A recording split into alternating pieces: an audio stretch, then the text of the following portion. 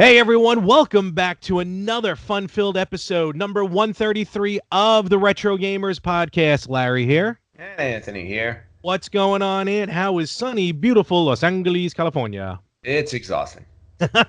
It seems like that, always the case, right? I had a very long day yesterday, and I am feeling it. Well, we're recording on a Sunday, so that's what Sundays are for, just to rest and relax. Yes, and that is exactly what I plan to not do today because I have I have errands to run. There you go. And that's welcome to real life. Yes, you know what, people? Real life's not cool. It's just not. If anybody says it is, you know what? I will correct you. Tell me about it. All right, so it's busy news wise. There was some interest which we're going to get to in a little bit. I feel like we just need to jump in with both feet into the water on this one. Some announcements made, some updates made on some systems. Yes. But before we get into that, let's talk about some little things, little news, if you will. Yes, we're jumping right into the news this I think morning. so. I think so. Yeah, and I think that's a good idea because I feel like we have a lot to talk about. Yep. So yeah, let's just jump right into the news. And the first thing is that I read this article the other day. By the way, if anybody is looking for specific retro game news, I feel like we should pop this site since I'm always going there for my retro We game. should source our sources. Source on sources. But NintendoLife.com is a great source for retro news, and it's one of the first sites I go to when I'm looking up some info. Yeah, it's a good one. This one I thought was particularly interesting because we know that Nintendo announced that they're re-releasing Link's Awakening on the Nintendo Switch, and they're giving it this kind of interesting graphic look. Bubbly, I would call it. Yeah, a little bubbly. It's kind of, but again, Nintendo's trustworthy enough. Yeah. I believe whatever they put out is going to be cool. I was like, but the art, the art for it or the graphics for it are very interesting and unique for a Zelda game. Mm-hmm. So apparently, this probably didn't sit well with a lot of people, including some fans who are now remaking Link's Awakening. Or at least fans are planning or trying to. They're going to remake Link's Awakening in the style of A Link to the Past. Okay. Ooh, that I would like. Right. So Link's Awakening is getting a 16-bit fan treatment. Now, what I love about the article, though, is that the subheading for it is how long until Nintendo's lawyers step in? I was just thinking of that. Like, this thing won't even, as soon as they hit done and the game's complete, that's when they get the cease and desist. Right, after all the hard work, that's exactly what's going to happen. So hold on, real quick, hold on. I just want to say, now with Bowser taking over, can you imagine the destruction that will happen with these? I know because what's going to happen is these little developers, they're going to get so close to finishing, they're going to be right on the bridge, and then they're just going to get hammered right over the head. It's like you hear like, who's at the door? What? Why is Iggy Koopa here? It'll be awesome. But anyway, so these fans are making this game. The project is called A Link to the Dream. Ooh. And they're planning it to release on platforms like Amiga OS, Windows, and Mac in 2020. It's still a work in progress, but they've shared several images, and I gotta say, it looks really good. Yeah. Ooh, okay. Yeah, the images look really, really good. Just when you look at it, it looks exactly like Link to the Past. So imagine the graphics, and that's what you're looking at for Link's Awakening. You know what? That I can take. Look, I get, obviously the graphics on Link's Awakening were a little more, I'm not going to say childish, but were a little more lesser. I'm not talking about the fact that it was on a Game Boy, but I think the look of the game fit the Game Boy. The way Link worked, the way the characters look, like a little bit of a bigger head, smaller body. But yeah, on 16-bit, I think this game can definitely translate onto 16-bit. Pardon me. That would be quite interesting to see how that's going to turn out. Yeah, I would definitely love to see it. Of course, I mean, Nintendo could shut them down whenever they want. I would love to see them create this and release it. They would have to release it for free because obviously you can't make money off of this stuff without Nintendo coming after you. But even if it's released for free, Nintendo's lawyers can shut it down in a heartbeat. Let's hope they don't. Although, let's face it, they're going to. Oh, in a heartbeat. Yeah. Well, yeah, because otherwise, who's going to want Link's Awakening on the Switch? If you have an option. I'm gonna buy it, but well, of course you are. So am I. But anyway, I thought that was a cool little Zelda news for this morning. There's been a lot of Zelda news lately. Yeah, well, you got that. I know very quick. I don't know if it was something else you were going to mention. I think they hired, I forgot what the name of the production team, to start working on a new Zelda game, like a brand new game. Oh shoot, I remember. I read the article the other day and I forgot who it was. They worked on something else. Yeah.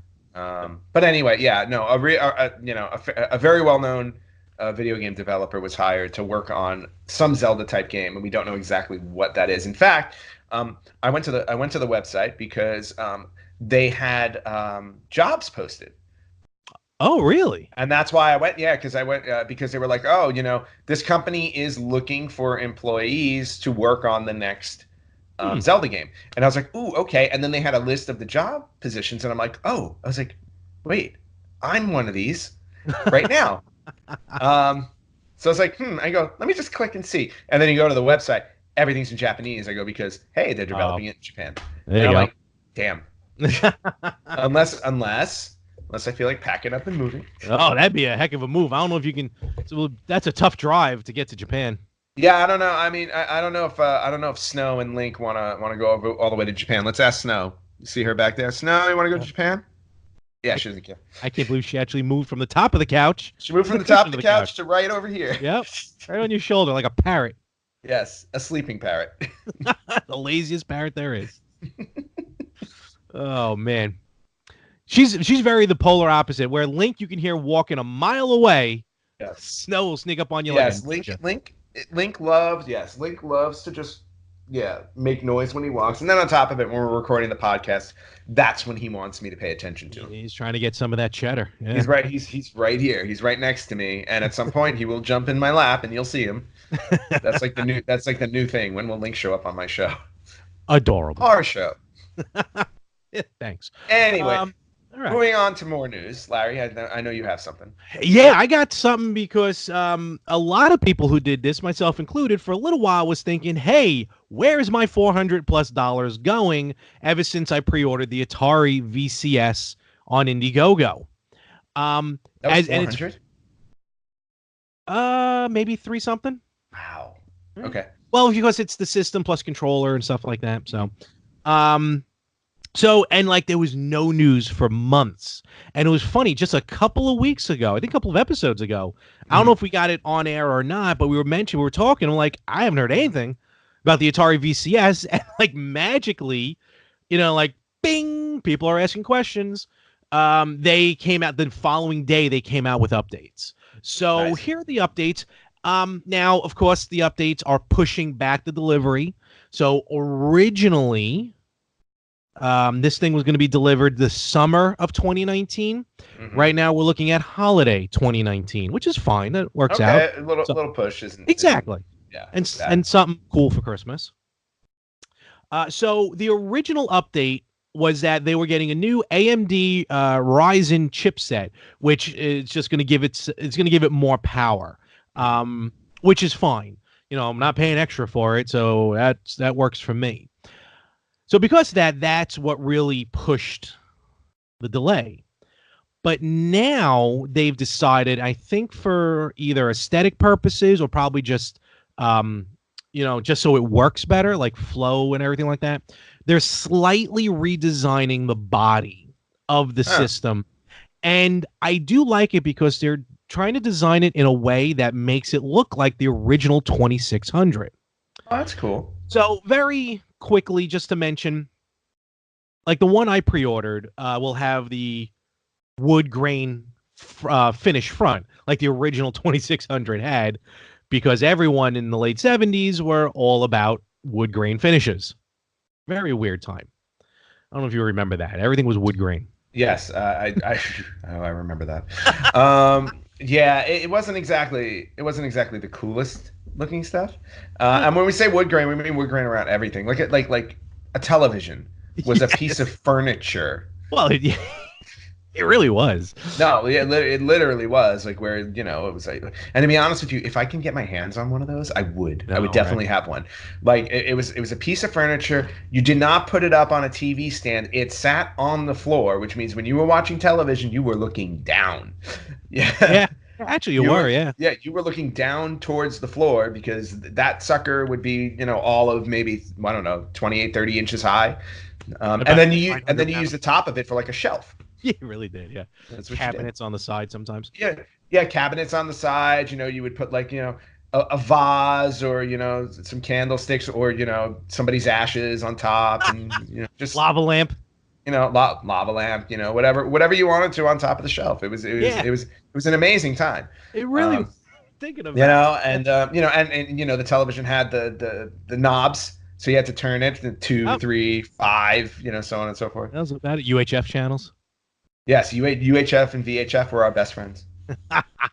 So lava lamp. I'm picturing just a lava lamp on top of the TV. So what happens here is with the redesign. So what they're doing is, first of all, they're kind of lifting the system up a little bit. So it's going to be like a riser, if you will, on the Okay. bottom of the Atari VCS, which again does mimic what the original 2600 had, which it was like lifted off the ground. Now, by doing this, what they're also doing is they're moving. The system's coming with 4 USB ports. So because of this lift, they're moving 2 of them to the front, Oh, which is really good. were they all in the back?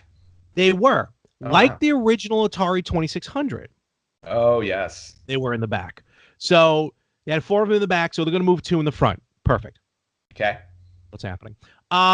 Now here's the thing that I find a little weird, but at the same time I can understand it.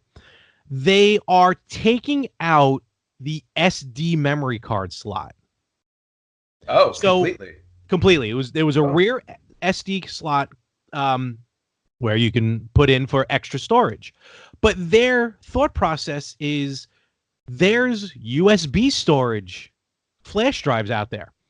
You have 4 ports. Hmm. There you go. And it's a little more like I find USB flash drives to be more portable in the sense of you can easily lose an SD card real quick, but Yeah. usually a flash drive, I mean, this is a flash drive. Like I can use this, Right. as opposed to maybe losing one of these bad boys. Right. So I don't have a problem with that. I'm going to quote from the blog here about the SD card because I think it puts it into perspective. So, quote, the rearranging of the USB 3.0 ports made another thing very apparent. The SD card port was redundant. Standard USB-A storage devices are Ubiquitous. ubiquitous. Oh my. Yeah. And the decision to exclude the I got all right, ubiquitous. Yes. No, the definition. Oh, move on. Oh, okay, so it means move on. And the decision to exclude the I'm not SD card, awake. the SD card port is in alignment with most modern consoles, which have 3 or 4 USB ports and should be sufficient for everyone's storage needs. I agree with that. I have no problem with that. So, makes sense. Okay. And then they're doing little things like the little Atari logo on the front lights up on some of them.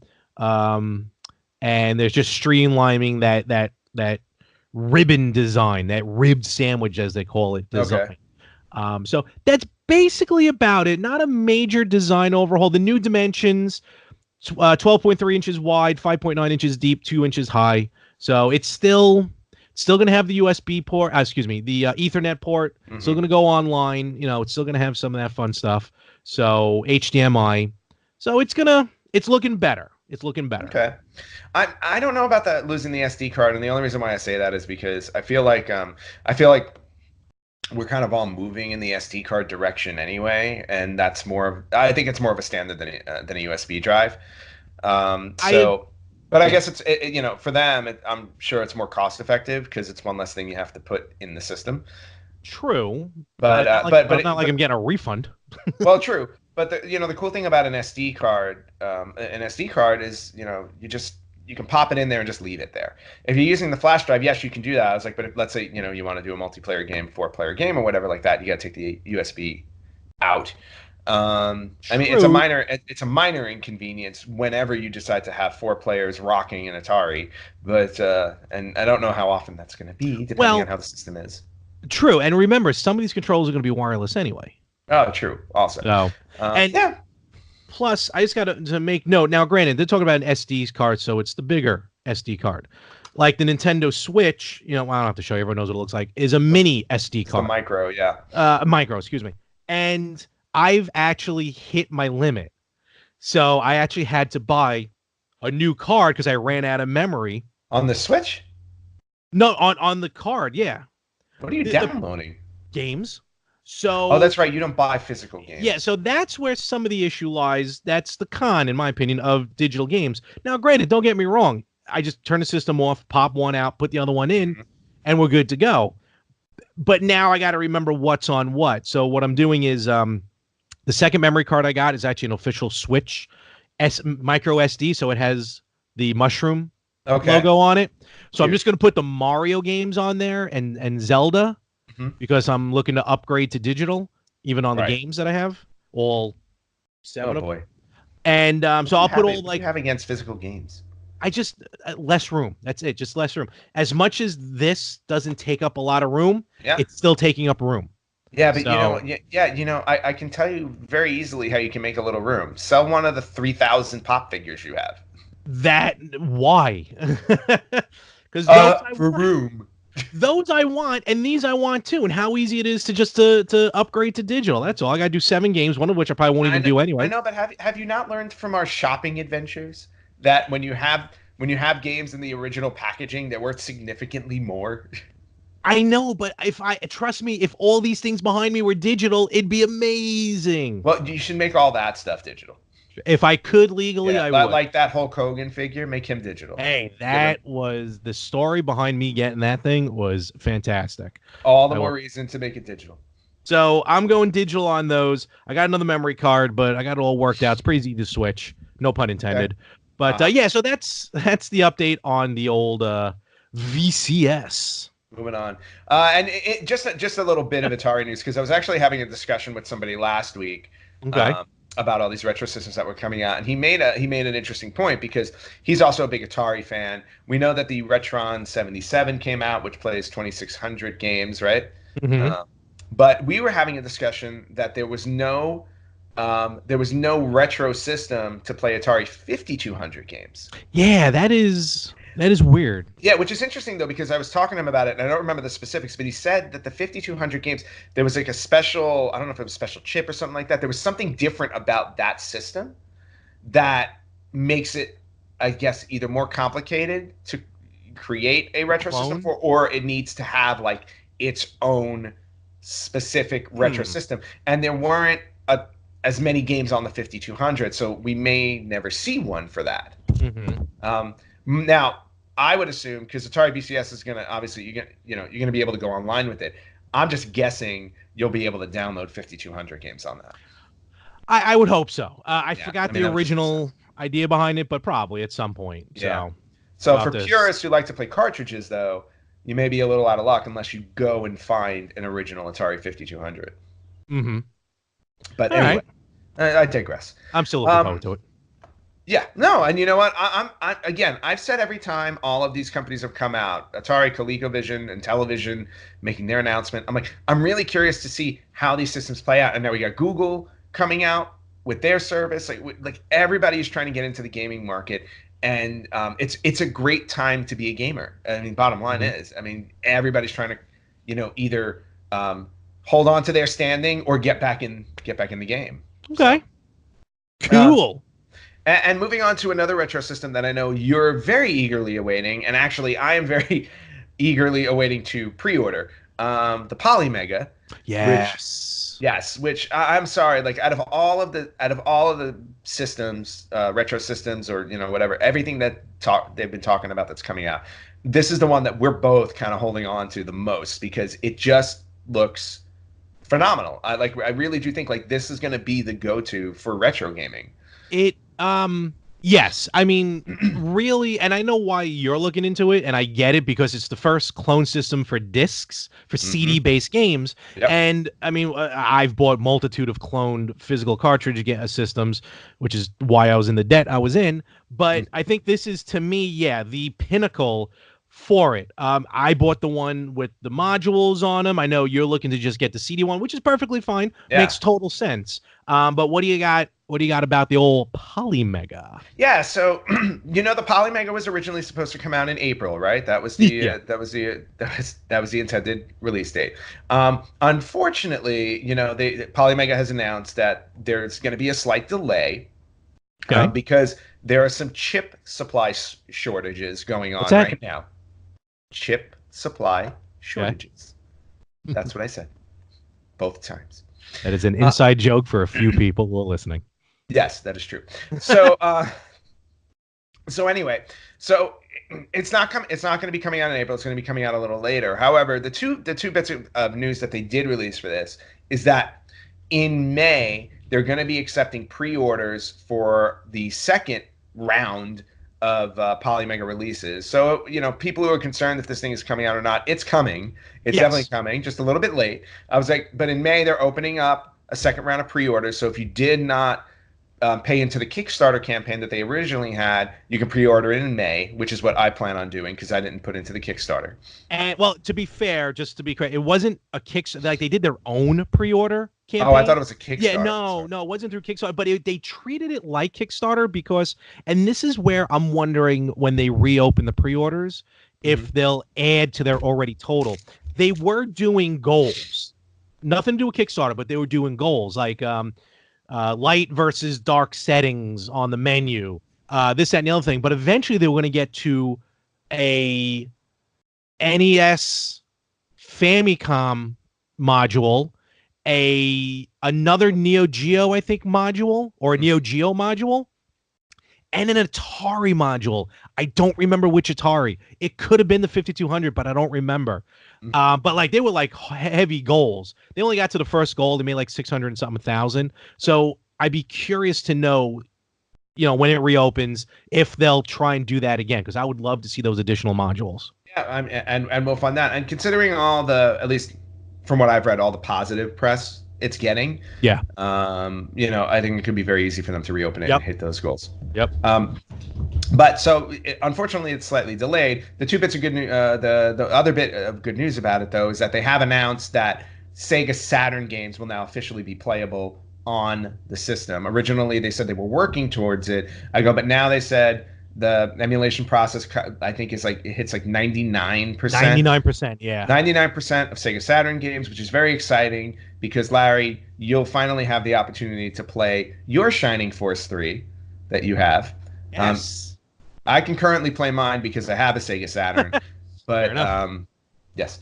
But, so, and that's really it on the Polymega news. I mean, but, a little bad, a little good. Yeah, that's all right. And again, I cannot wait for this thing to come out so we can try it. No, I'm so looking forward to it. You take the good, you take the bad. I mean, you take them both, and there you have the Polymega. So it will work out just fine. Yeah, well, you know what? When you take the bad, and you take them both, then you have the Virtual Boy.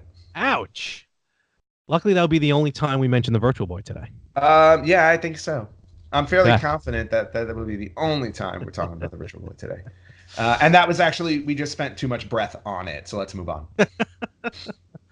All right. So those two new systems, again, looking forward to it. Check them out when you can. But maybe it's now time to, unless you have something else there, to talk about, what is this, like the 7th time we're going to be talking about this? But holy cow. But I think we finally are going to be able to talk about it with joy and with confidence. Yes. Let's talk about, and folks, yes, that's right. As a retro gamer, I got my hands early on a Sega Genesis Mini. That is not the Sega Genesis Mini. Don't worry about that wire. That's not letting me, which I should have unplugged. What the hell is that thing? That's your USB port. Oh, that's cute. Yeah. No, but we are going to talk about the Genesis Mini because Sega basically slapped At Games in the rear and said, "Get out. We're done with you messing with our console, and we're going to do this ourselves." Yeah, but you know what? How long did it take for them to finally kick them to the curb? I mean, that was ridiculous. Look, they probably had a contract with At Games, and At Games just kept trying to go at it. Look, they came close. The last iteration, they came close. No, it was the best one of all of them. It doesn't matter. I mean, the bottom line is, like, when you played those games, they didn't play at the speed they were supposed to. You talking about the physical games or the ones that were built in? No, the ones that were built in. Okay, all right. I mean, it was just painful. It was absolutely painful. Well, I heard the most recent iteration was better than the others. But you can throw all those away because now Sega, there's an official seal of quality, is putting out the Sega Genesis Mini, which will include 40 legendary games. This is the biggest list, not counting the Commodore 64 Mini, the biggest list of games on one of these mini classic consoles. We're going to talk about both the Japanese version and the North American version. And I think right off the bat, which I think no one's really going to miss, is the fact that this is a pure mini classic system. You will not be able to play physical cartridges on the system. Correct. It's going to be the same as the NES Classic and the SNES Classic. Exactly. Basically. Actually, all joking aside, it is probably going to be about this big. I wouldn't be surprised if they just take that USB port and turn it into the. Probably. I could probably do it right now. But yeah, and this also comes on the heels. If you remember, I think it was I don't know if it was last week or the week. It was like just a couple weeks ago. When Sega was doing a poll on their website about which games or which game franchises the fans wanted to see more games of, and you know they had they had Sonic the Hedgehog and a bunch of Shining Force, I think, right? I don't remember if Shining Force was on there or not. I think I wrote in Shining Force because they had other as an option. Gotcha. So and it was a poll, so you filled out you basically filled out the poll and submitted it to them. So coming on the heels of that, we got the announcement that the Sega Mega Drive Mini and the Sega Genesis Mini are a real thing. So I mean, Sega's really trying to. At least they're trying to get back in some way, shape, or form. There was also that rumor that Sega had teamed up with Google for the new Google system, although that didn't prove to be true as far as we know. That was never officially announced. We do know that Ubisoft is working with Google, but we don't know what other companies are. Yeah, I mean, Sega will probably have games on it, but you're right. This is their first, technically, I guess, system since the Dreamcast. Yes. So, and for the Dreamcast, we're going back to $99.99. So we're talking a good 20 years since they've developed some type of system. Now, granted, again, it's just remaking a mini Genesis in a way. But hey, you gotta dip your toe in before you jump in completely. This is very true. Yes. All right, so we're gonna talk about it. So actually, you can blame At Games for one more thing.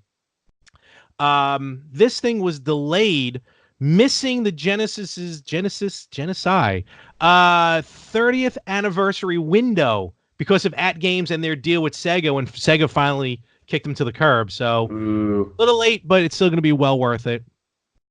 And as much as we have the Sega Ages games, that Sega also announced a lot of new games coming out for the current consoles. Yes, this thing's going to be really cool. 10 games announced so far for both the Japanese and the North American, European versions. Yep. And let's get into the games first before we talk about the system itself and the one oddity between the two regions. We'll talk about that in a moment. Yes. So let's talk games. First, as usual, same with all these other systems, you have a set of games that both regions will have. Then you'll have a set of games that are exclusive for that region. So I want to talk about real quick, and I want to talk about the games that will be available between all the regions. Okay. So first, excuse me, Space Harrier 2. Okay. Very good game. That was like a one of the first. How can I describe it? Like you're moving forward on it. It was pretty interesting. Yeah, it's almost like a 3D. It was like a pseudo 3D. Yeah, a little bit. Yeah. So we have that. We have Shining Force. Shining Force should always be included in any collection for Genesis games. The definitive Shining Force game. Yes. Gunstar Heroes. Which I've never played. You know, neither have I, but it was a really good run and gun game, I've heard, and I'm really excited about this one. I'm surprised you haven't played it. Yeah, no, me too. It was on the Game Boy Advance. It was on the 3DS, Game Gear. I just never had a chance. You're right, never had a chance to play it. So, Gunstar Heroes. Comics Zone. Yes.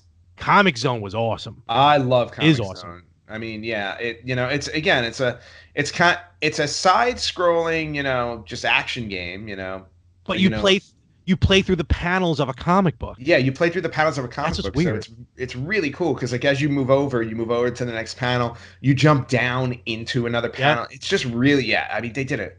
It was so innovative. The enemies were drawn right then and there sometimes. Yeah, the enemies were drawn into the screen as they showed up. It was so cool. And I was very surprised that we never saw another one. A sequel? Yeah, you're right. That's true. Because it was a lot of them just one hit. That's all you need is just one. Yeah. And this is the game I am so happy about. This is really the game why I'm going to buy this thing. Castlevania Bloodlines. Yes.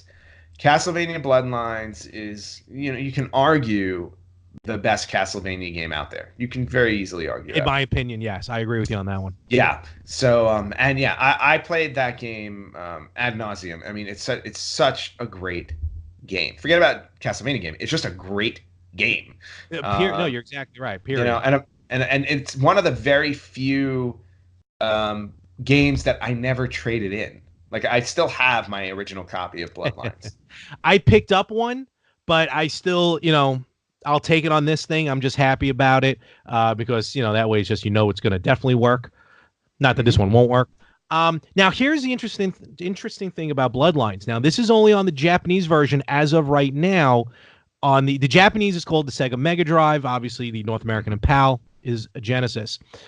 On the Mega Drive version, the Japanese version of Castlevania Bloodlines will have all 3 regional versions of Bloodlines. That's awesome. Because between the 3 of them, you had different types of censorship. You had different types of slightly different gameplay. So the 3 games are a bit different from each other. And that is really cool. That's almost a reason in itself to try and pick up the Japanese system as well. Well, because the Japanese version of the game is going to be the most violent one. Well, that is very true, actually. All right, so those are the 5 games that will be available on both regions. Mm-hmm. Ant, do you want to talk about the Japanese version? Do you even have the games? Okay. Yeah, no, I have the games listed, and probably the one. There are a couple of games here that I'm gonna butcher the titles and I don't know exactly what they are. One of them we know, Puyo Puyo 2. Yes. The Puyo Puyo series continued on the Genesis, so that's one that's going to be on the Japanese one and not the American one. And then we have another game called Madao Monogatari. No idea. Yeah, it sounds like a really good drink to have on a late Saturday night. Exactly. What are you drinking? Madao Monogatari. Well, to be fair, from Wikipedia, just to quote the first sentence, the game takes place in a 3D maze with obstacles, enemies, and characters to confront. There you go. Okay, so if you want the Japanese version, I need to read one more sentence. A few examples of crazy items are Japanese curry, champagne, mini elephant, and strange little crystals that may summon Santa. Oh, I need this game. Okay, I'm getting myself a Mega Drive Mini. Oh my God! Next trip to Japan. Capsules in the game that you can capture enemies in a Pokemon-like style. What the? Oh, and interesting. Finally, the 5-year-old heroine, Arlene Naja, later becomes a heroine of Puyo Puyo series. Oh wow! So it does it has a tie of some sort.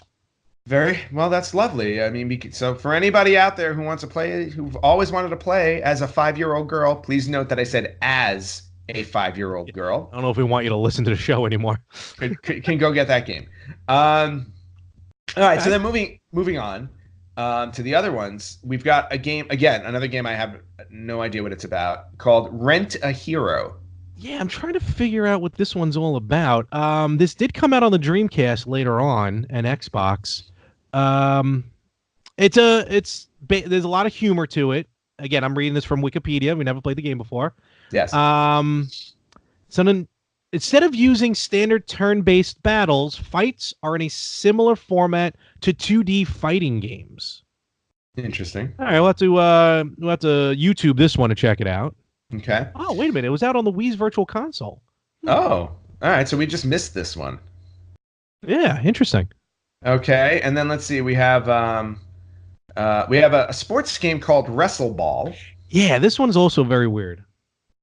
Well, to your point, like when we were looking at it, it reminded you of there's a game in American Gladiators where I forgot you're the running. name of it. Yeah, I forgot that. Yeah, it was like I don't know, Speedball or something. Whatever it was. But you basically had to run around the gladiators to drop the ball in these containers, basically, and there were 5 of them spaced across the playing field. But if the gladiator pushed you, you had to, knocked you down. You had to drop the ball and run to the other side and get another one. Powerball. It was called Powerball. Oh, okay. Oh, like this game. Okay. So this one's called Wrestle Ball, which looks like it's kind of got a similar vibe to that.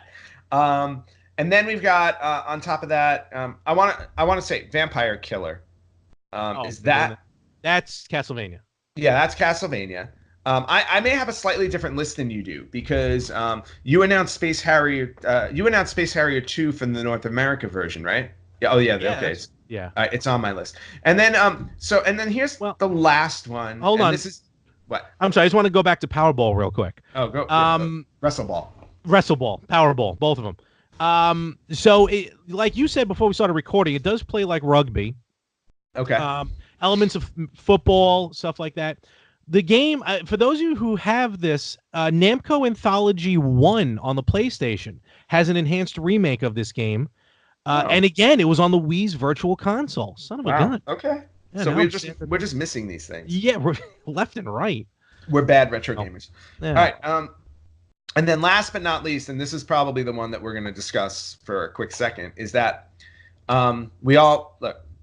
How can you have anything Sega without Sonic, right? Yeah, absolutely. Right. The Mega Drive Mini is getting Sonic the Hedgehog 2, which I think is the better of the first 3 Sonic games. And 4 Sonic games. Yeah, the first 4. And I agree with that. I think Sonic the Hedgehog 2 is the best of the 4. Mm-hmm. Now, the North America Genesis Mini is getting Sonic the Hedgehog 1. Yes. And that's, all right, fine. I mean, I understand if you're going to put out these systems, let's put out the first of the games, the first series of the games. Sonic the Hedgehog 1, look, there's nothing wrong with that game. Don't get us wrong. The game is amazing. I just like Sonic 2 because really, I just use Tails throughout the whole game. Yeah, exactly. And you know what? I mean, again, this is just the first 10. So... Yeah. They may announce Sonic 2 on the Genesis. They may announce Sonic 1 on the Mega Drive Mini. Because if there was any franchise that I would want to see 2 games on, to appear on the Mini, it would be that one. I mean, it's the same way with the NES. How the NES, you got all 3 Marios. Exactly. It just made sense. And both Zeldas. So you want, I mean, on the Sega one, I would want to see Sonic 1 and 2. I think we'll get it. I think we can leave Knuckles home. Well, Sonic and Knuckles wasn't bad, but Sonic and Knuckles is more fun when you put the game on top of it. When you link it up, lock on technology. Yeah. So North American, as Anthony started mentioning, the exclusive for the North American and PAL versions, Sonic the Hedgehog. Also, Altered Beast. Yes, a definitive classic on the Genesis. I love that game. I mean, I always want to rise from my grave and turn into a werewolf or a bear or a flying dragon thingy with electricity. Echo the Dolphin. Okay. I never understood that game. That's serious. Okay. I had that game. I loved that game. I never got far in that game at all. Did you have Sega CD as well and everything like that? I have that. I think I have Echo on Sega CD as well. Okay. And there was a sequel, Echo. I think The Tides of Time. Yeah, there was a few of them. Yeah. Yeah. I mean, Echo was a big deal, and to be honest with you, the gameplay itself was really cool. Like, nice side-scrolling ocean game, but it ran so smoothly that it was just awesome to just kind of wander around in the ocean, enjoy yourself. Completely forgetting about the fact that you're trying to save your family. I mean, who cares about that? Leisurely yeah, but it was a fun game overall. It really was. Okay. A joke that I refrained from saying a few weeks ago when we had the clinical psychologist on. But I think knowing him as we know him now, I think he would have found this funny. His favorite game, Dr. Robotnik's Mean Bean Machine. Oh, jeez. I got it out 3 weeks later. Yeah, and you know what? I'm glad you did it now instead of when he was actually on the show, because he probably would have disconnected. Oh, stop it. I'm sure he loves that game. All good, sure. Dr. Bean, all good. I'm seeing a lot of people buying your book too, Dr. Bean, so we're good to go. Yes. Dr. Robotnik's Mean Bean Machine, all joking aside, was it's a puzzle game, kind of like Puyo Puyo, if I remember correctly. Mm-hmm. You've seen them one, you've seen them all, but still, something about Mean Bean Machine was cool. And finally, a game that I'll admit I never got into, and I don't know if you ever really played this, but I do know a friend of the show, Mario, who you can check out over there at the Rough Cut podcast. He loves this series, and we're talking Toe Jam and Earl. Toe Jam and Earl was amazing. Are you kidding me?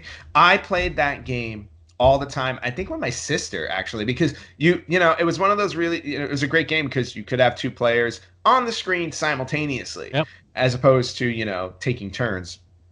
And it was a lot. Oh my God, it was so much fun. Very, very trippy. Yeah. Very goofy.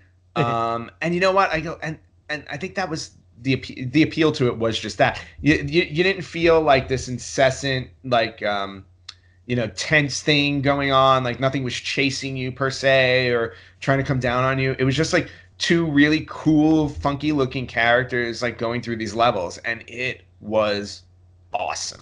Sweet. Absolutely awesome. So those are the games for now. 10 announced for each system. Again, there's going to be 40 in total. Let's talk about the stats of the systems, which I think are pretty much the same between the two. We'll get into that in a moment. Of course, HDMI will run on USB power. And this one, unlike the PlayStation Classic, will come with a USB power adapter brick, which is very good. Of course, the Genesis Mini Console and the wired controllers. They look like, if I'm looking at it correctly, they will be USB wired controllers. But let's talk about the controllers, shall we?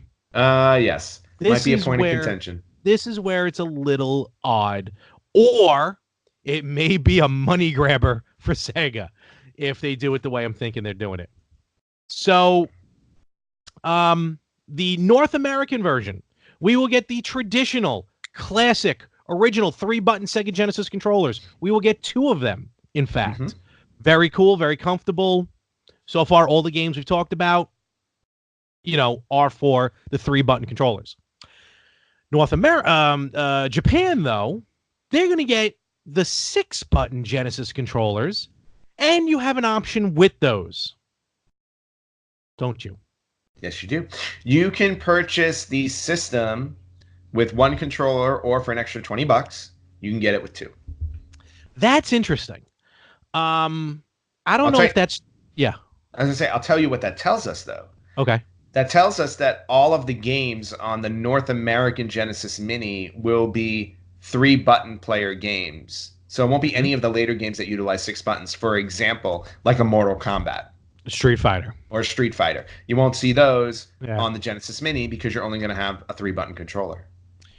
Which is interesting. You're right. Unless they separately sell a 6-button controller, but the North American version will get 2 controllers already. You're really not going to need more than that. So that's... Yeah, but the North American version, the price already has the second controller included. Of course. So, yeah, the Mega Drive Mini, if you want to buy one with just 1 controller, it would actually cost $20 less than what the one is that we're getting.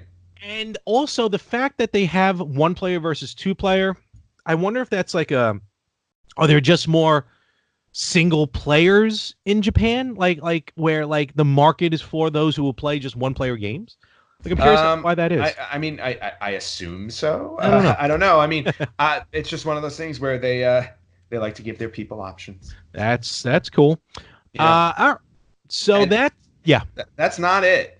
That is I'm not sorry. it about this, because yesterday they officially announced the release date for the Mega Drive and the Genesis Mini. Of course, let's hit it. So we are looking at September 19th, 2019.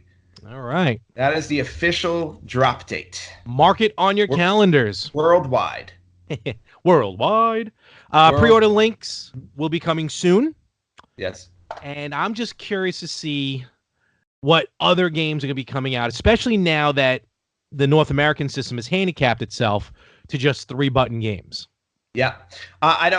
You know what? At this moment, I'm not anticipating it having a 6-button control option. There's going to be no need, because if it comes with a 3-button, all the games are 3-button. There's no reason to buy a 6-button controller for it. And again, a ton of games are worthwhile for just the 3 buttons. You know, the 6-button only came out because of Street Fighter, because of Mortal Kombat. And now that I think about it, I'm trying to think, other than a fighter, like, no game immediately comes to my mind where, like, you had to use the 6-button controller if it wasn't a fighter. I'm sure they're out there, but nothing's no. And I agree. I agree. My question is, though, and again, it's a licensing thing, of course. But when I think about the Genesis, Mortal Kombat's one of the first games that comes to mind, because Mortal Kombat got released on the Genesis, like the full arcade, the bloody arcade version that was not released on the Super Nintendo. It's definitely a game I would love to see on the Genesis Mini, but now I officially know, at least on the North American version, it will not exist there. Yeah. All right. Nor will Street Fighter. No, but then again, you have all these other options. Granted, the Sega Genesis collection has majority of these games on there anyway. True. But there's something about playing again, even on a classic, you still have that weird feel of playing on the system, like it did originally. So let us know your thoughts on the Genesis Mini. Hit us up on the Facebook page. Hit us up on Instagram. Of the other 30 games, what are you expecting? What would you like to see? Of the 10 games already announced, which one of these games will get you to buy the system? Like, for me, Bloodlines, I'm sold. That's it. Yep. I don't care what else comes out on this system. So hit us up. Let us know. And also your thoughts on the Atari VCS, the Poly Mega, Link, me, Anthony. Just let us know about anything and everything on our Facebook page. All right, Larry. It is time for this week's Did You Know? Ooh, I like this. What do we got? Yeah, I like the Did You Know. And we're going back to the NES game, a very beloved NES game and licensed game and Disney game that we're going to talk about. And we're talking about DuckTales, the original game. Nice. Yes, DuckTales. We all love DuckTales. Arguably one of the best licensed platforming games absolutely ever made. And what's interesting about this is how it seems to be, coming back around. Now, DuckTales obviously had a cartoon back in the 80s that was awesome, featuring Scrooge McDuck and his nephews, Huey, Dewey, and Louie. But now, recently, they've now released a new version of DuckTales on on the Disney Channel? It's like Disney XD or something, or Disney XD, whatever. It's the kids channel. It's like Disney Kids, that one. Exactly. Yes, that's exactly how that's how they plugged it too, when you watch it.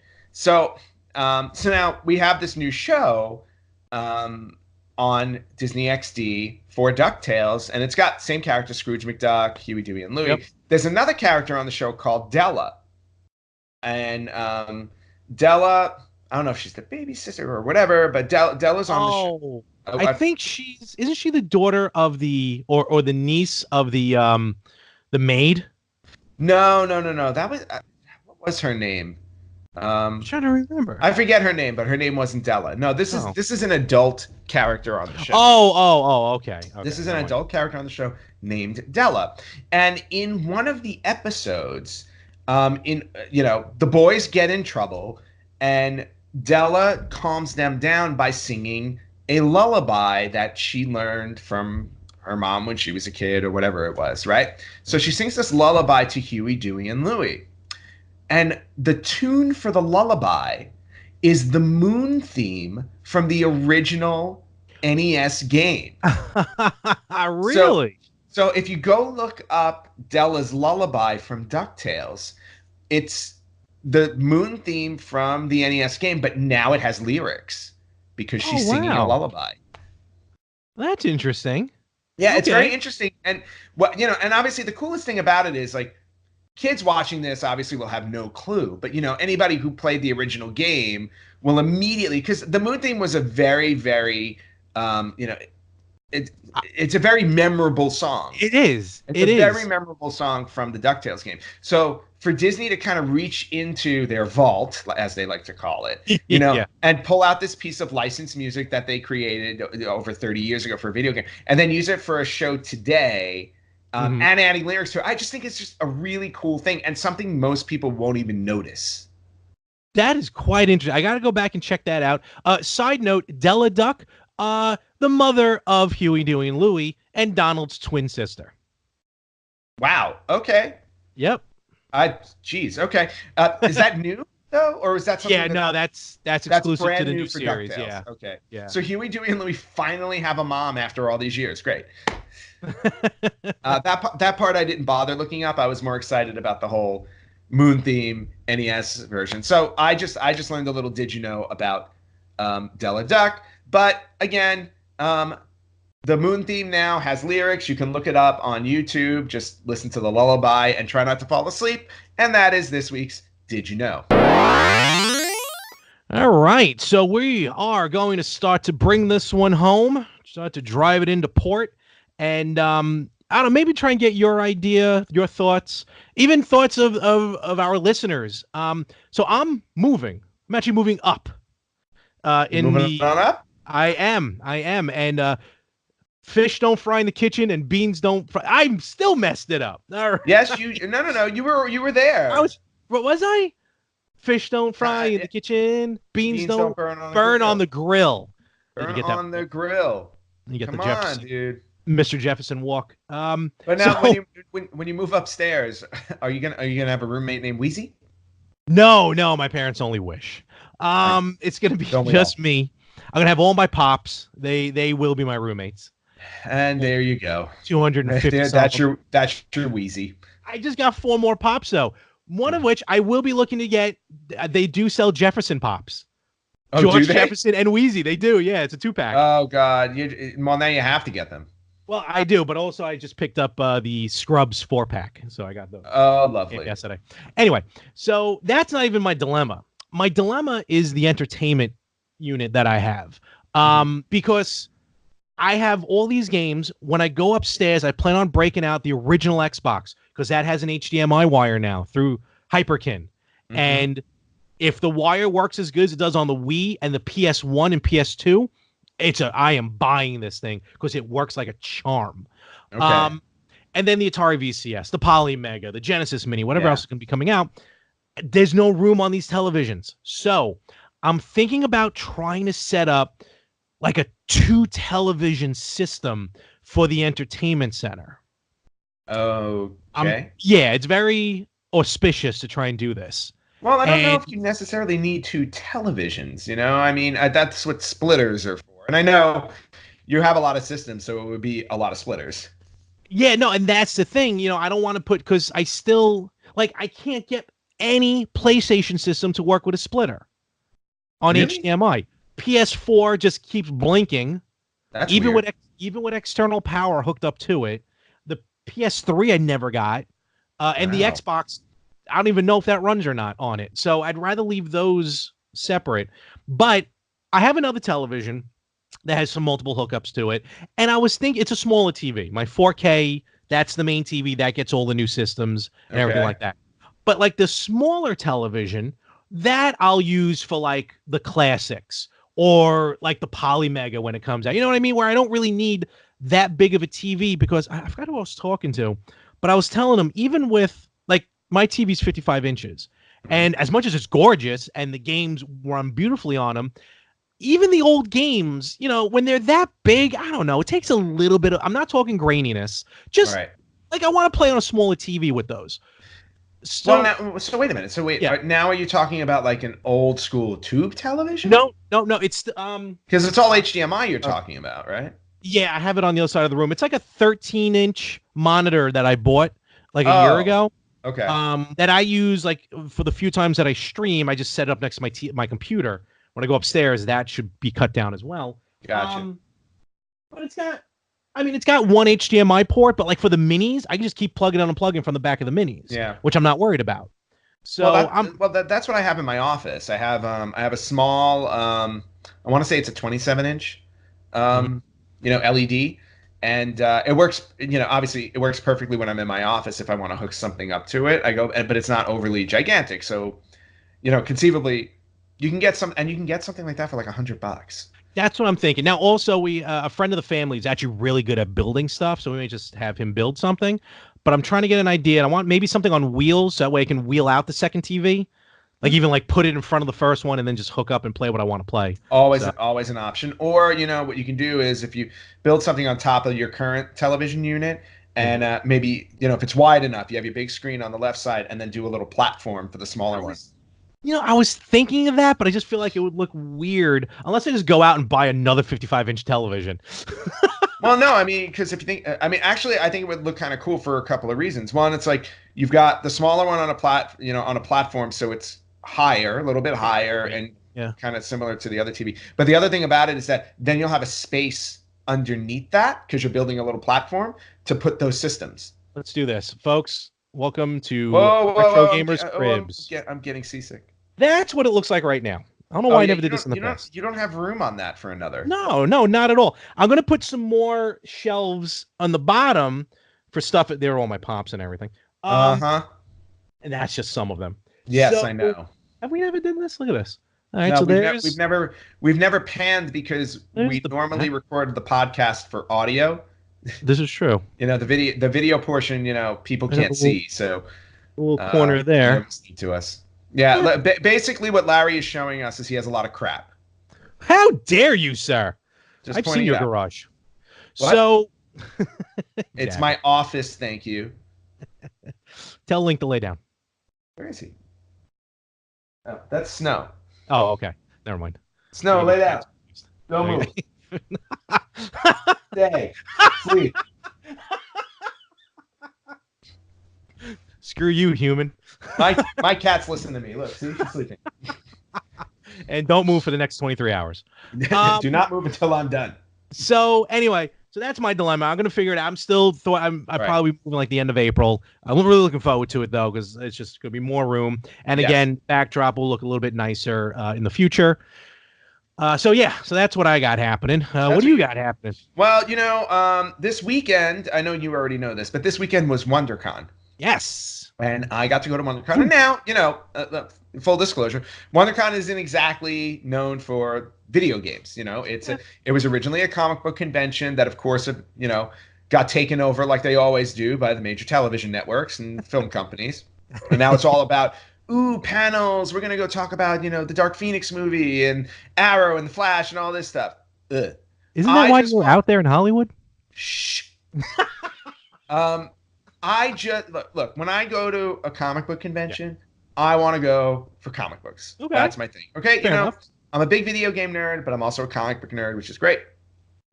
Plus, love going through Artist Alley. So many friggin' talented people that show up there selling their stuff, and it's one of my favorite things to do when I go to a convention. Even me, I'm not into comics. I'm really not into that. But I mean, I love the atmosphere and I understand and I respect that art. But even the last couple years at New York Comic Con out here in the city, New York City, I've been hitting Artist Alley and I've been getting stuff. So no, Artist Alley is really the place to go to. And again, the reason why it's so cool to go to Artist Alley is because you're getting original stuff and really, really creative stuff that these artists are coming up with. So they're taking these, pre-established ideas and they're just putting such a cool little spin on it. Yep. So I want to just share a few things that I bought while I was at WonderCon. One really quickly, the one booth that I ran into was I think it was GameRave.com or something like that. It was actually a video game only booth. Okay. I took a photo of it. Yeah, yes. GameRave.com. It was all video game based. Mm-hmm. Okay. And so I went over there to look at video games, even though I wasn't planning to buy any video games at the con. just talking to the guy, and he's got all his stuff and everything like that. And then I just so happened to see, he's got some games that are complete in box. And I happened to notice for Sega Genesis, he had Michael Jackson's Moonwalker. Okay. And I'm like, ooh, I was like, I used to have that game. It was one of the ones I got rid of, and I'm sorry I ever got rid of it because it's a rare game now. Yeah, it's a rare game to get your hands on. I shouldn't say that and Michael Jackson in the same sentence. Sorry, but I was holding back, but I don't.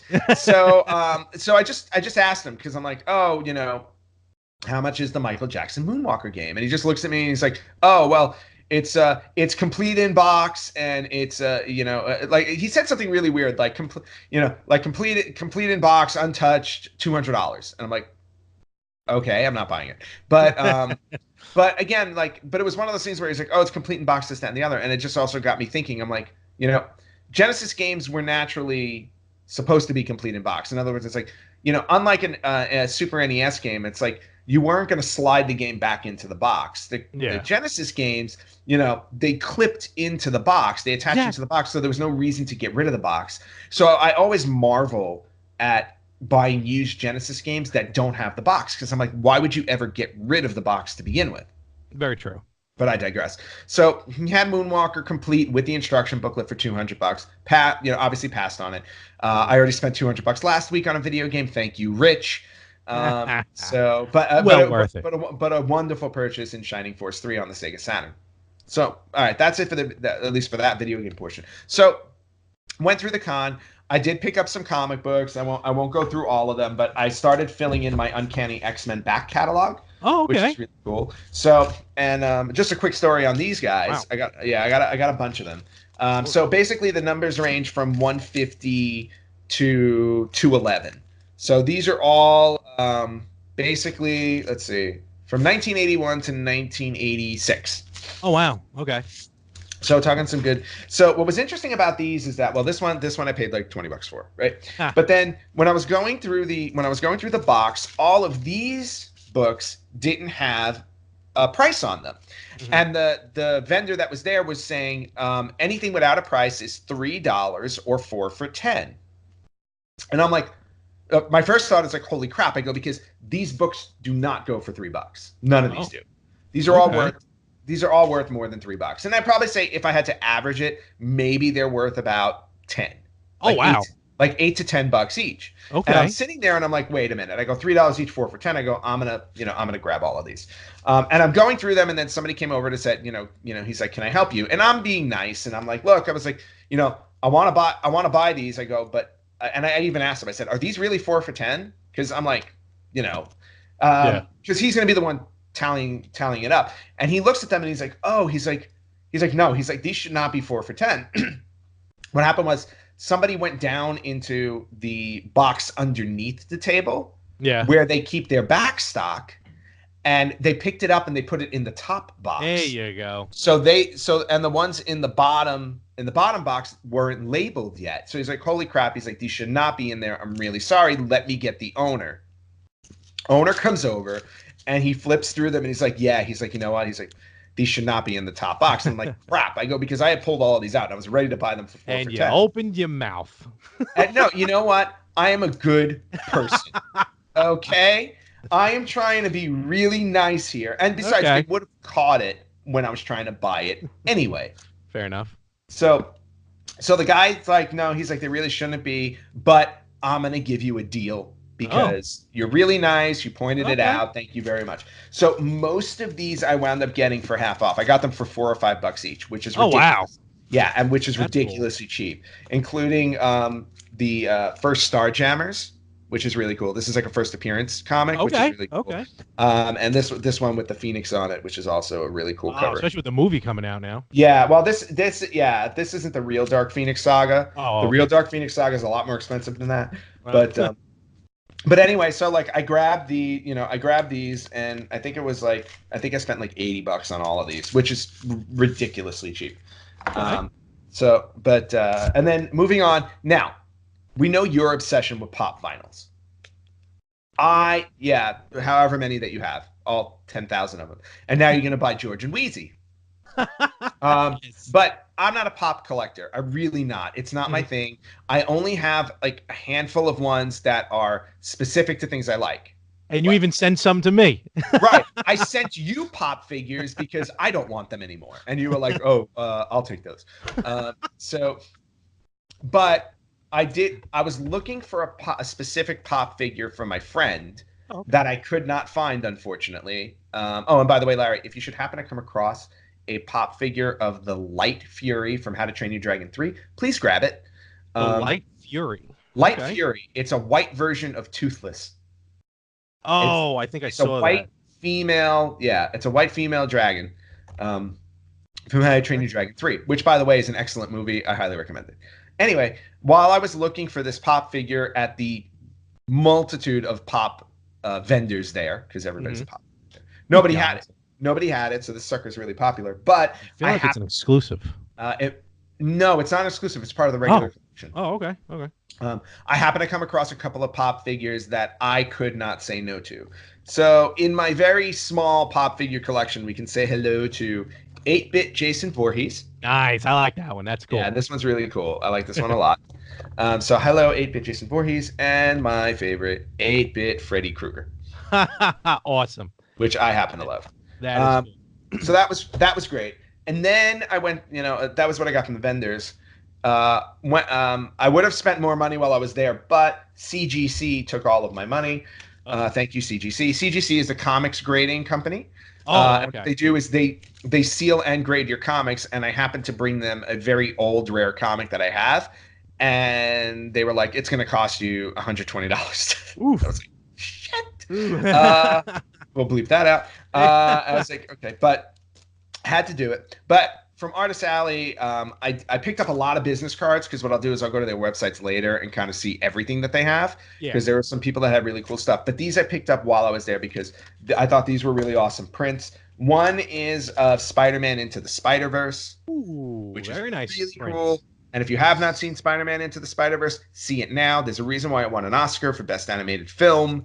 Absolutely monumental movie. And then this one, which is my personal favorite, and video game related, say hello to the Infinity Glove and play with power. That is awesome. It's a picture of the Infinity Gauntlet shaped like a power glove. Yes. Thanos rocking it. That's really cool. How cool would it be, though, if like he had the Infinity Gauntlet on a power glove, and as he played, he used the stones by playing the game, like playing this game with the controller.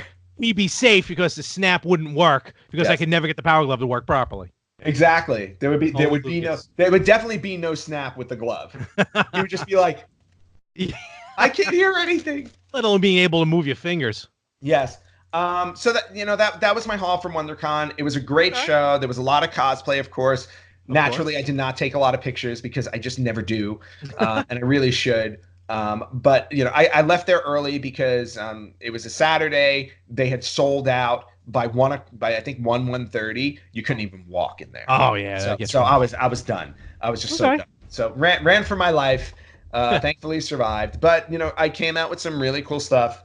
Very happy with my purchases, and that is my recap of WonderCon. Excellent. Yes. And so the final thing here is, and I waited because you told me this was on its way. I'm waiting for now to open it. But it sounds like, I hate to say, I think I know what it is. This is, long story short, my birthday present. You said you mailed it. And we haven't touched on that at all this episode. So I was first off, congratulations to you for holding back on that.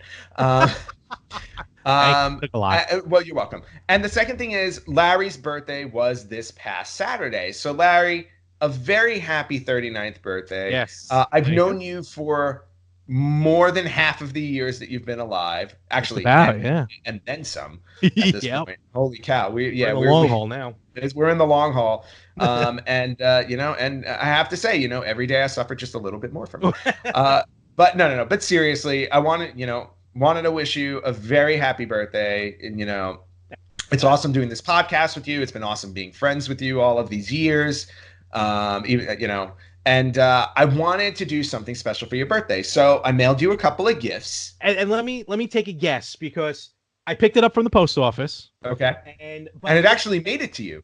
No, thank God. Thank God. But not. It doesn't sound like 100% because, to be honest with you, I think I know what it is. I'm going to jump the gun a little bit.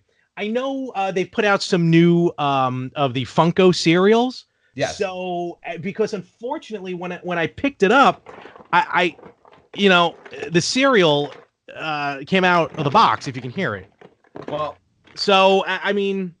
As long as the box isn't broken inside, I was gonna say the box, like the box itself, the mailbox looks like it came complete, so that's good. I mean, a little bump, but that's okay. A little bump, okay. But you know, but the cereal shouldn't be too bad. So we'll go to open it.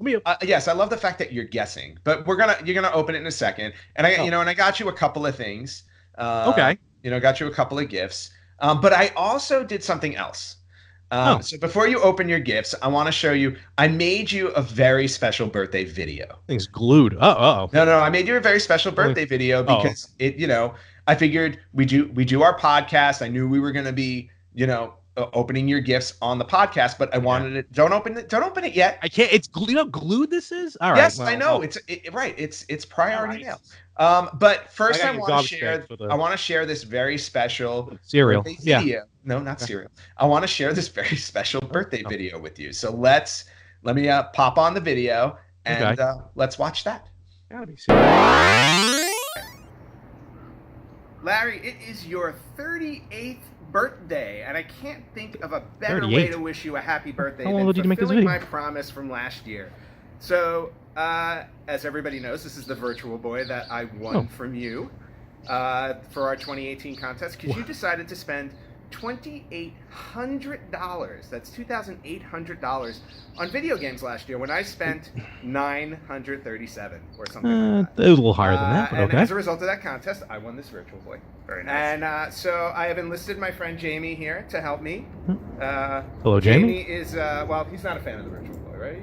Yeah. You like the Virtual Boy? Totally. Oh, what's wrong with you? Nothing. I like to. You mean destroying the Virtual Boy? No, yeah. I thought that's a fan of.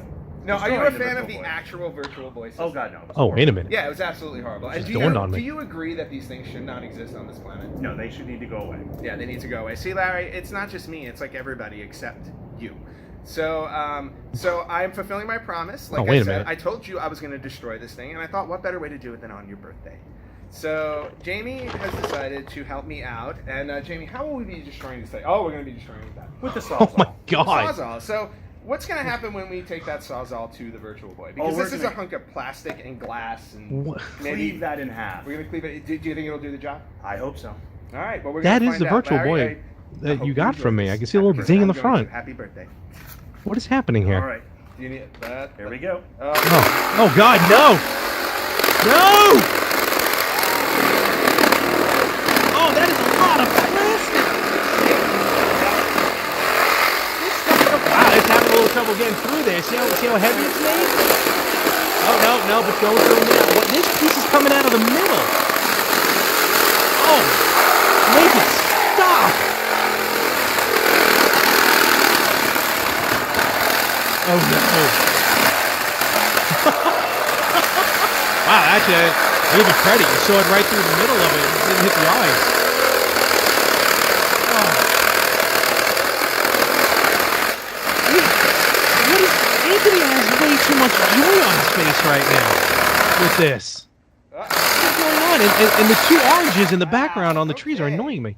Well, electronics and all. Electronics and all. Well, look, now we can see the inside of the Virtual Boy, and I think, you know what? I think the warranty is expired with the barcode. What do you think? I think, yeah. Yeah, I think it might be. Actually, I think it might be done. It's kind of cool to see the inside. Larry, this is what the inside of your Virtual Boy looks like. You think that's enough? Oh, probably not. No. No, that's enough. What else are you gonna do? What else? When in doubt.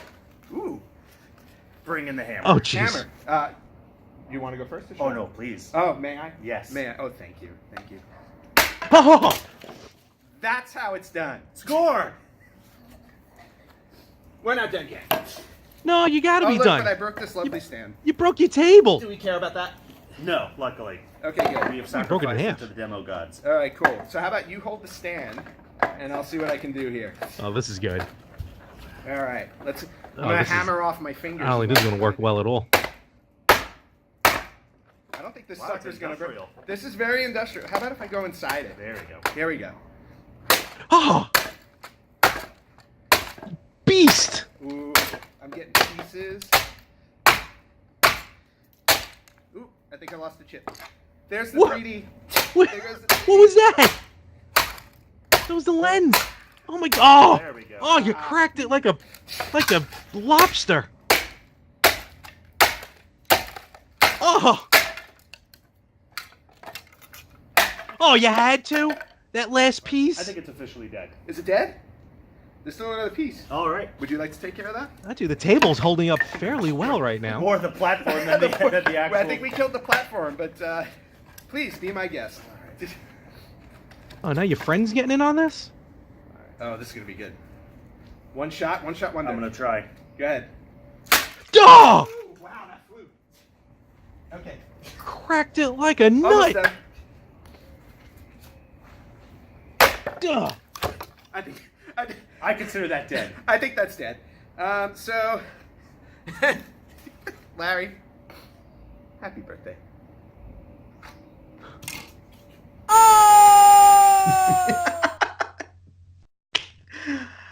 Look, you know what? Yeah. This isn't cereal, is it? No, it's not cereal. I thought it was I a think, Funko cereal. you know, I think you should open it. I think now's a great time to open your gift. If you can. Thank you, USPS, for making boxes that are impossible to open. There we go. And I want you to hold it up high so everybody can see what's in it. Oh. Oh.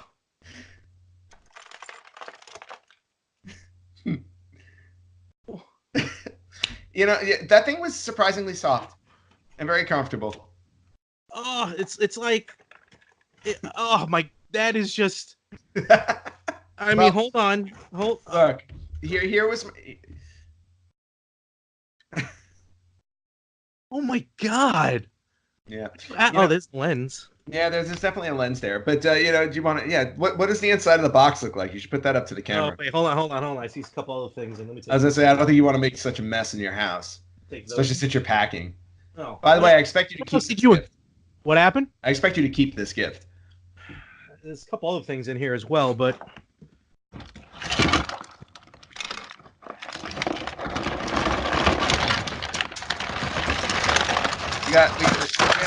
There it is.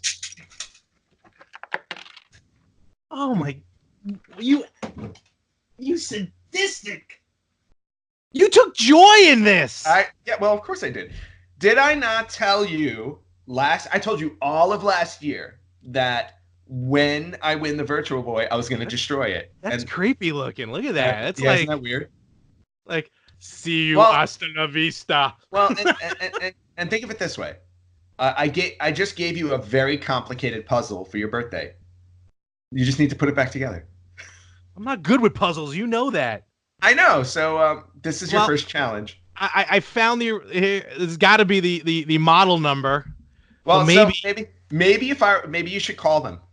Like call the Nintendo hotline and tell them that your Virtual Boy is no longer working and needs to be fixed. I was hoping one of the oranges would be in the box as well. No, I didn't want to give the inner workings of the Virtual Boy a citrus flavor. So that's the best part. That is the best part. You can see where the Sawzall went through. Yes, you can. It's like, yeah. Hey, you know what? Look, I will give credit to the Virtual Boy for once. I will give one credit to it. It was tough to saw through. So it was definitely durable. It's like TGRI. Yes, exactly. So anyway, that look, I was just glass on the floor now. I know. I was fulfilling a promise that I said I was going to do last year when I won the contest. So Larry, I apologize for. Well, no, I don't. I don't apologize because Virtual Boy sucks. I am very happy that I was able to fulfill my promise and to finally give it to you. So happy birthday. This is the actual Virtual Boy. It is an actual Virtual Boy, yes. Look, there you go. Now, before you think, okay, so aside from the universal hate I'm receiving from you, I'm sure, I did get you another gift at least. Is that what this other thing is? Yes, that's what the other thing is. And that is not part of the Virtual Boy. It is not anything like that. But is it the sledgehammer that you? Yes, it is the No, but open up your card and your gift, at least your second gift. I honestly think the Virtual Boy was all I should have gotten you because I thought it was the best gift I could give you. You know what's funny? My headset fell out of my head as you were saying probably the nicest thing you're going to say. And that was the nicest thing I was going to say. But now you can tell people that you have a Virtual Boy in your collection. Who was your friend again with you in that video? He used a pseudonym, so he did not want to be mean. But at the same time, neither of us feel threatened by you, so it's okay. Oh, how dare you? I have people. I know people. Sure. Let's see. Yes, open your card. Oh, card first? Okay. Yes, always open the card first. Really? Is that like a standard? I don't know. No, yeah, wow, Larry, God, what are you, 5? No, I'm 39, which you didn't even get right in the video. Hey, what do you want from me? Okay? I was in the wrong year in my brain, but the bottom line is I still delivered. Oh my God, what is this? Oh, this, what? Push the button. That is awesome. Oh my God. Yes, that's the best card I've ever seen. Oh, it's okay. Yes, 8-Bit, happy birthday. I thought I would give you a little something to make you smile, considering you win. The forces of good applaud you. F the Virtual Boy. I don't know what that means. This is amazing. Yes. This makes this does quite make up a little bit. It makes up this part right here. This part that you destroyed. This part right here. This card makes up for that. This part I never liked. Right. The other 3,000 pieces, that's another story. I have a lot to clean. Yes. Okay. So what we got here? Ooh. Oh, wow. Yes. Oh, wow. Okay. So I know you're not a book guy. It's not your thing. I was like, but this. Look, I can read. No, I didn't say you couldn't read. That's a whole other argument. But you're not a big book guy. But I honestly thought, like, if you had to have any book that's related to video games, that's the book to have. Awesome. No, yes. This is very cool. Thank you very much. And not only that, you don't have to read it. There are a lot of pretty pictures. There are a lot of pictures in this. Look at this thing. I could finally beat. Oh, it's even got the Game Boy games in here. Yeah, it's got all the Mario games in it. Wow. It's excellent book. Highly recommend it for anybody else. That concludes the birthday portion of our show. And Larry, I hope you had a wonderful birthday. I hope you enjoy both gifts that I gave you. I'd like to personally, say once again that I am proud to have been the one to give you a Virtual Boy for your collection, because I know it has eluded you for so long. I think this goes here. Right? So while Larry tries to start putting that back together, I'm going to tell you that if you want to keep following the Retro Gamers, you can find us at www.theretrogamers.com. You can go to our Facebook page, facebook.com/retrogamerspodcast. Sign up with us on Instagram at Retro Gamers Podcast. And obviously, if you want to watch our show, you can watch us on YouTube at the Retro Gamers Podcast, or you can listen to us anywhere that you listen to podcasts. We're all over the place. Again, if you give us a 5-star rating on iTunes, we would really appreciate it. This has been another great week, another wonderful episode, another fantastic birthday for Larry. And we will catch you next week on the Retro Gamers Podcast. I gotta go get my soldering iron.